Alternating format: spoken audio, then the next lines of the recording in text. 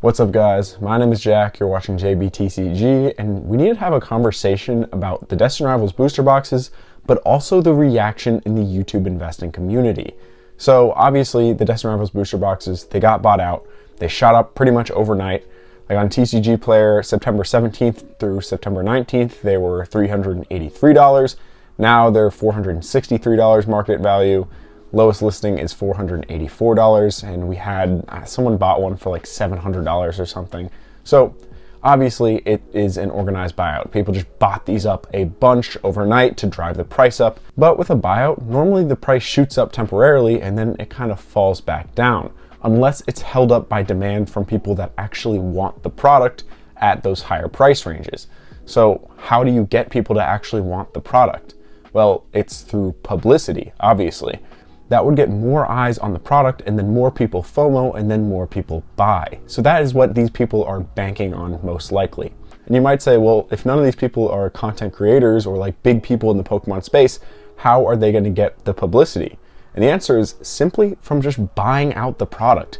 By buying out these booster boxes and having a sale at $700, tons of Pokemon market and Pokemon investing like creators just made videos. They're like, oh my God, perfect content. Because when you're a Pokemon market or Pokemon investing YouTuber, you talk about anything that happens or changes in the Pokemon market. And something like the Destined Rivals booster box, which is a coveted product, shooting up from $400 to $700 in the span of a week, is a really, really good title. And it'll get people to click. That's why you see Team Rocket Joey have it in his title, Opossum Bud have it in his thumbnail, a bunch of other Pokemon market and Pokemon investing YouTubers as well, because it's such a good title and it makes for really good content because you can talk about it and you can also point at them and be like, haha, these guys are dumb, they're buying this is such a stupid purchase.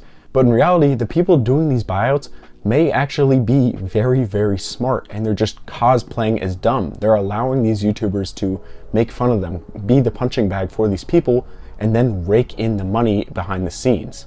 Like I'll show on screen, look at the number of YouTube videos in the past couple days just about this specific buyout from a variety of different creators. This brings a ton of eyes onto the Destined Rivals booster boxes. Obviously, in most of these videos, they're like, this is dumb, this is a buyout. But people are gonna see this, be like, oh, I don't have a Destined Rivals booster box. It seems like it's only going higher and higher. And some people will FOMO and will buy. And this is how a successful buyout of a product happens. Now, let me explain how a buyout generally works for people that may not be familiar, especially in the Pokemon space, because it's kind of a weird thing to do, weird concept.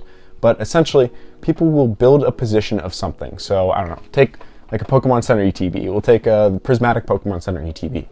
So when they were cheap and there was a ton of them on the market, when they got reprinted or when they were first around, they bought a bunch of them for like 200, 250 bucks or whatever they were around that time.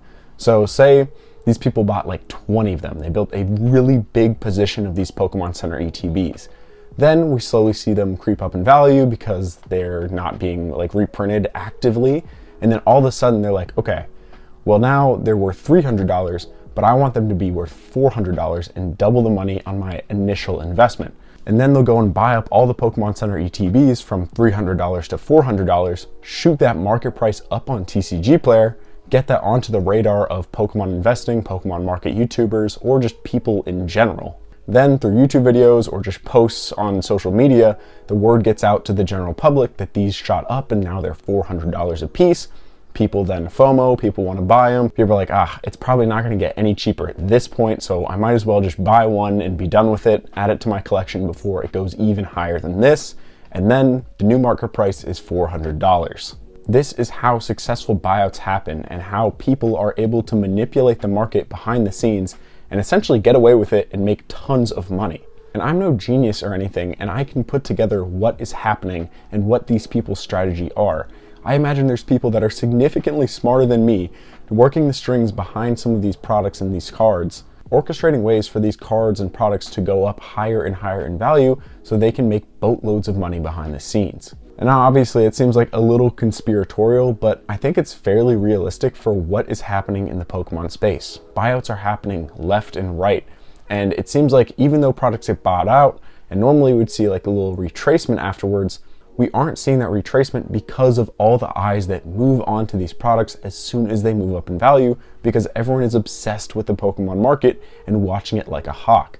So if you're looking to put money into the Pokemon market or like invest in Pokemon, I can tell you that one of the biggest pitfalls is putting money into the products that Pokemon market YouTubers are talking about right now.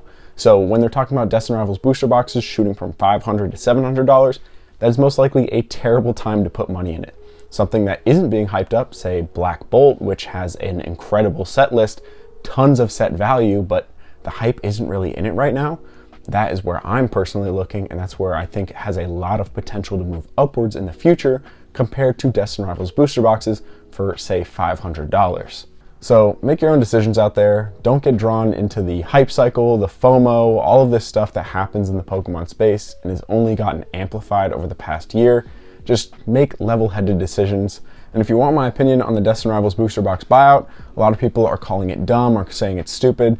In my opinion, it's actually incredibly smart because they knew exactly how Pokemon investing and Pokemon market YouTubers would react, and they're taking advantage of it. So in reality, they aren't the dumb ones, we are. Let me know down in the comments what you think. Do you think this was an organized buyout with a plan in the way that I was kind of outlining it, or if it was just a buyout and it happened to work out the way it did? Either way, I have really no dog in the Destined Rivals booster box buyout or fight. I only have one booster box of it that I bought like near release for like $230 for my personal collection. I'm more of an ETB guy, I'm more of a Pokemon Center ETB guy, but there's no doubt that if the Destined Rivals booster box gets bought out, those will get bought out at some point as well. But that's all I got. As always, thank you guys so much for watching and stay safe out there.